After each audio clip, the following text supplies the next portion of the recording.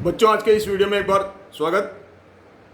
आज हम पढ़ेंगे एम्प्लॉयबिलिटी स्किल।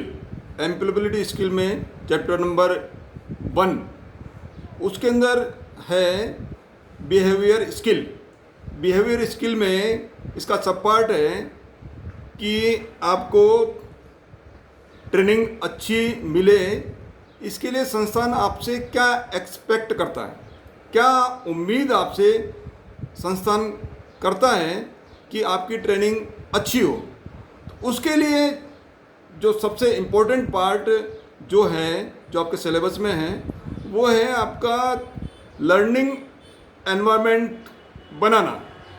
लर्निंग एनवायरनमेंट बनाने के लिए सबसे जो इम्पोर्टेंट जो फैक्टर है, जो किनका रोल है, वो बच्चों आप लोगों का रोल है। जब तक आप उसको ग्रहण करने के लिए तैयार नहीं रहोगे, आपका जो एनवायरनमेंट, सीखने का जो एनवायरनमेंट या आपका जो माइंड सेट है, वो इस तरह का नहीं रहेगा कि हम सीखें तो जो आपके गुरुजन सिखाना चाह रहे हैं वो सीख नहीं पाएंगे और आप सिखा नहीं पाएंगे और आप सीख नहीं पाओगे।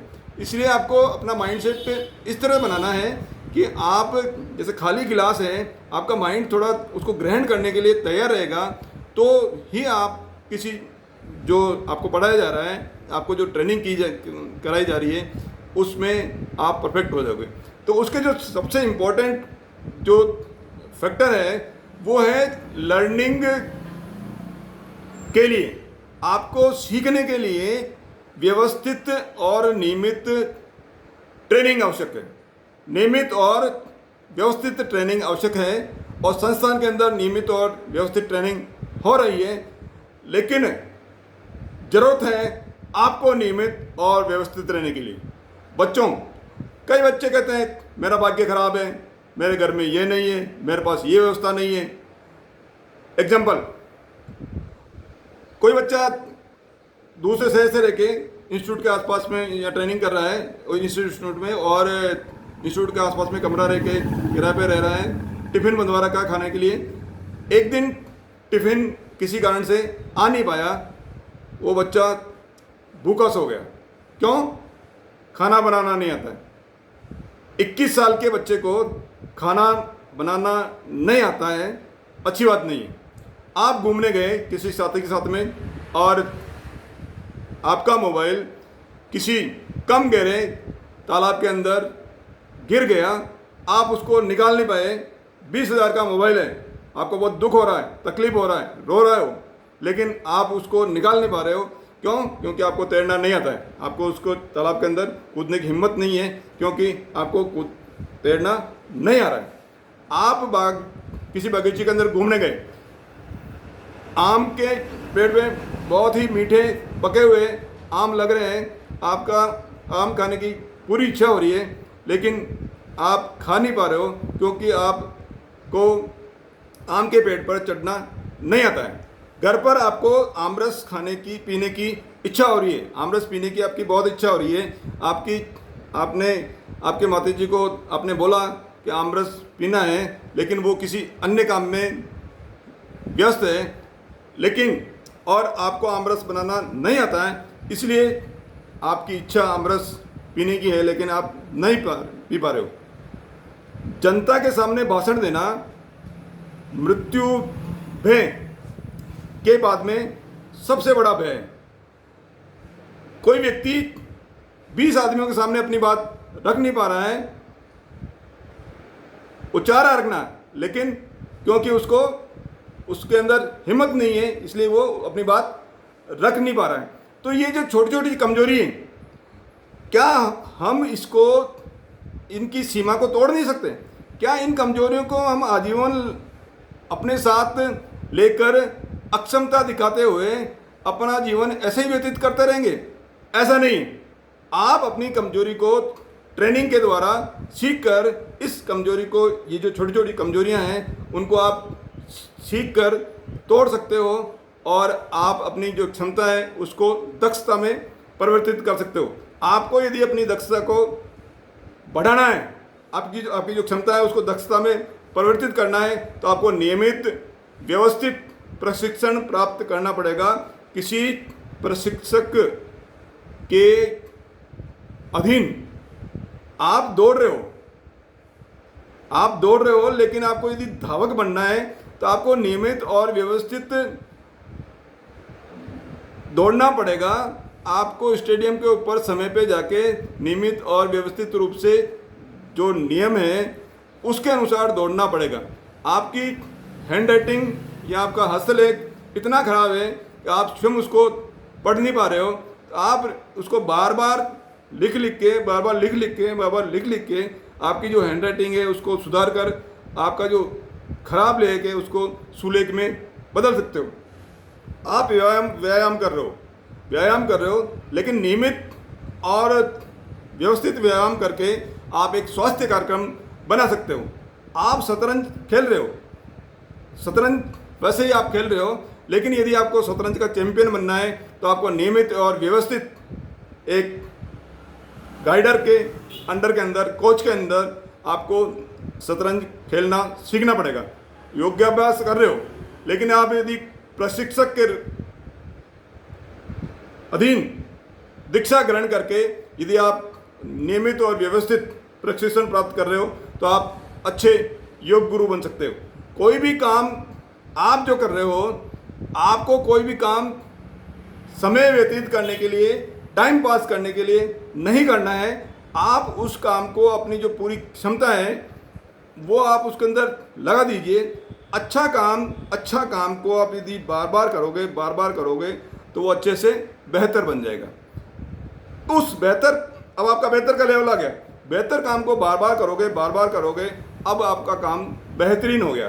तो अच्छे से बेहतरीन पर लाने के लिए एक ही काम को आपको बार बार करना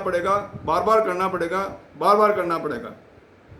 इसलिए जीवन के अंदर यदि आपको आगे बढ़ना है तो आपको अपनी जो स्किल है इसको इम्प्रूवमेंट करना पड़ेगा। लर्निंग स्किल उसको इम्प्रूवमेंट करना पड़ेगा, और उसके लिए आपको करना पड़ेगा, वो किसके द्वारा होगी? वो ट्रेनिंग के द्वारा होगी।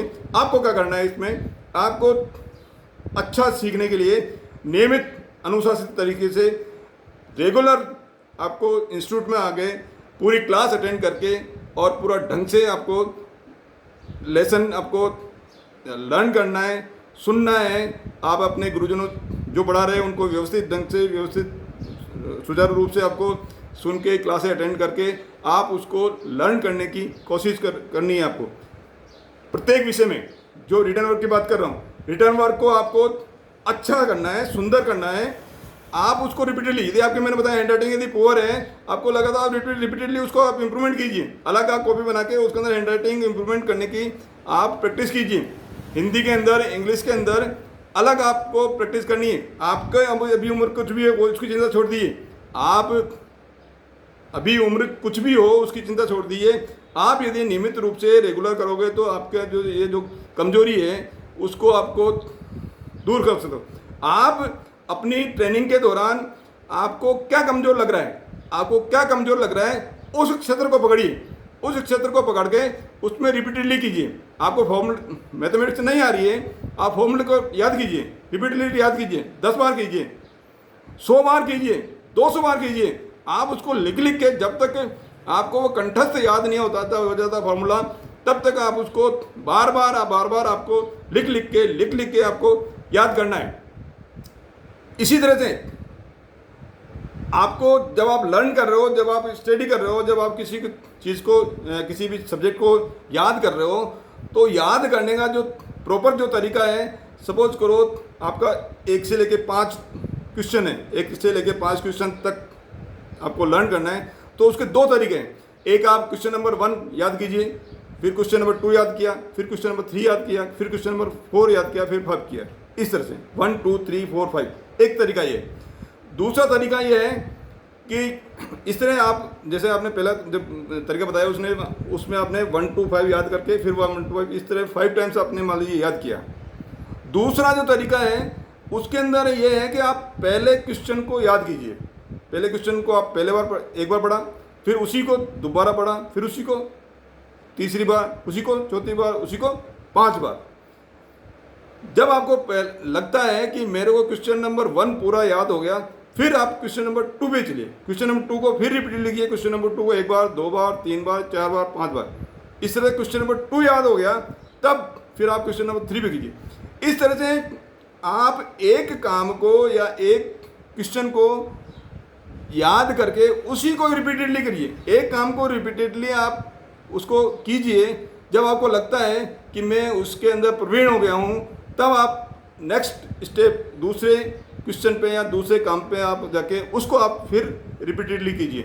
इसी तरह से आपके वर्कशॉप के अंदर, प्रैक्टिकल के अंदर, जिन भी ट्रेडर के अंदर जो भी जॉब बनाए जाते हैं, एक ही स्किल को आपको बार बार करना है, बार बार करना है। फिटर में एडमिशन होते ही आपको एक MS की फ्लैट का टुकड़ा दे दिया जाता है और आपको दिन भर आपको उस पर फाइलिंग करवाई जाती है, फाइलिंग करवाई जाती है। एक सप्ताह तक एक ही पीस के ऊपर फाइलिंग कराई जाती है।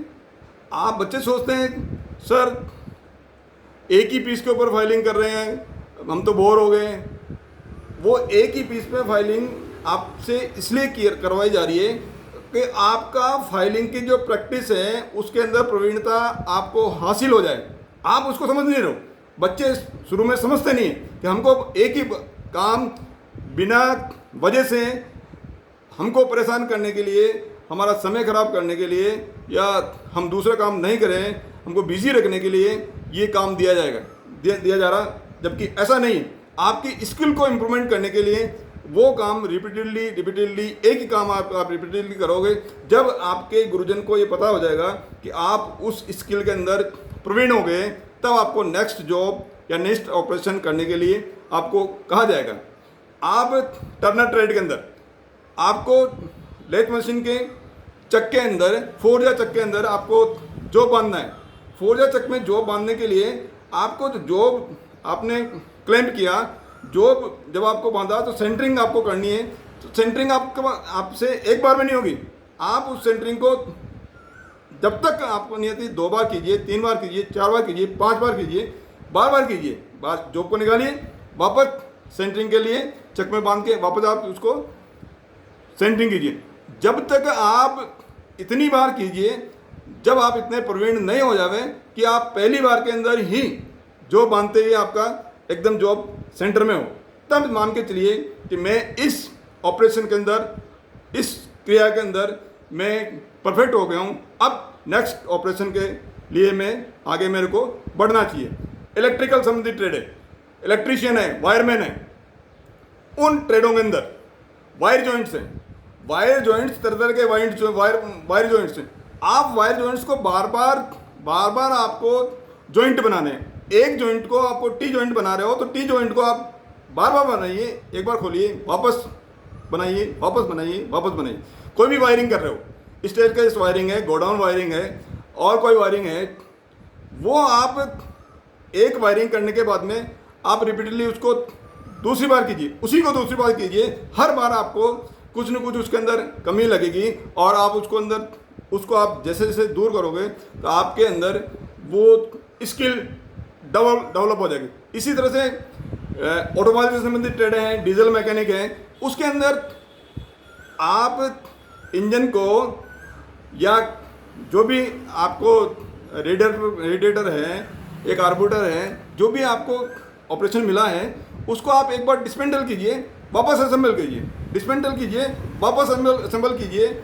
जब तक ये ऑपरेशन तब तक करते रहिए जब तक कि आप एक ही बार के अंदर करते ही एकदम परफेक्ट नहीं काम कर दो, तब जाके आप मान के चलिए कि मैं उस ऑपरेशन के अंदर परफेक्ट हो गया हूँ। तो इसी तरह इसलिए बच्चों, आपको ट्रेनिंग के लिए अच्छे कोच की आवश्यकता है और उन अच्छे गुरुजनों के मार्गदर्शन के अंदर आपको व्यवस्थित रूप से नियमित आपको ट्रेनिंग आपको करनी पड़ेगी। तब जाके आप अपने काम के अंदर श्रेष्ठ से बेहतर से बेहतरीन बन जाओगे। आप सभी बहुत बेहतरीन बनोगे, मेरे को पूरी आशा है। और जब आप बेहतरीन बनोगे तो आपका जो उद्देश्य है, जो आपका लक्ष्य है, वो आपको प्राप्त हो जाएगा। और मेरे साथ बने रहने के लिए बहुत बहुत धन्यवाद। इस चैनल को सब्सक्राइब कीजिए, वीडियो को लाइक कीजिए, शेयर कीजिए। नेक्स्ट वीडियो के लिए इंतजार कीजिए। बहुत बहुत धन्यवाद।